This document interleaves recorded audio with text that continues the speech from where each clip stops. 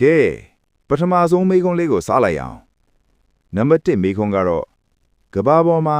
အကြီးဆုံးတောင်တန်းစီးရီးဟာဘာဖြစ်မလဲရွေးချယ်စရာတွေကတော့1ဟီမဝန္တာ2 Alps ဒါမှမဟုတ်3 Andes တောင်တန်းမှာ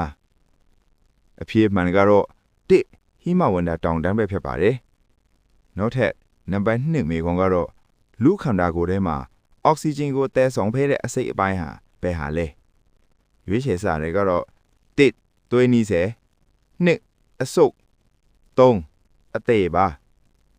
ဟုတ်ကဲ့အဖြေမှန်လားတော့1သွေးနီးဆယ်ဖြစ်ပါတယ်โอเค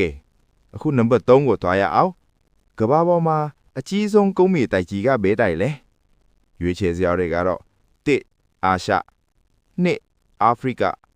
3ဥရောပပါဒါကတော့အားလုံးသိကြရဲ့အတိုင်း1အာရှတိုက်ပဲဖြစ်ပါတယ်ဆက်လက်ပြီးနံပါတ်4ကိုကြည့်ရအောင်မြန်မာနိုင်ငံရဲ့အမျိုးသားနေ့ကိုကျင်းပတဲ့လဟာဘယ်လလဲ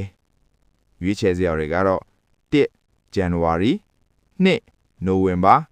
3မတ်လပါအဖြေမှန်ကတော့2နိုဝင်ဘာလဖြစ်ပါတယ်ကဲနောက်ဆုံးမေးခွန်းနံပါတ်5ကိုရောက်ပါပြီကဘာပေါ်မှာအမြန်ဆုံးပြန်သားနိုင်တဲ့ငှက်ကဘယ်ငှက်ဖြစ်မလဲရွေးချယ်စရာတွေကတော့1လင်းယုံ2 Peregrine Falcon 3ဆွန်ပါအဖြေမှန်ကတော့2 Peregrine Falcon ပဲဖြစ်ပါတယ်အားလုံးပဲမေးခွန်းဘယ်နှခုမှန်ကြတယ်လဲခင်ဗျာ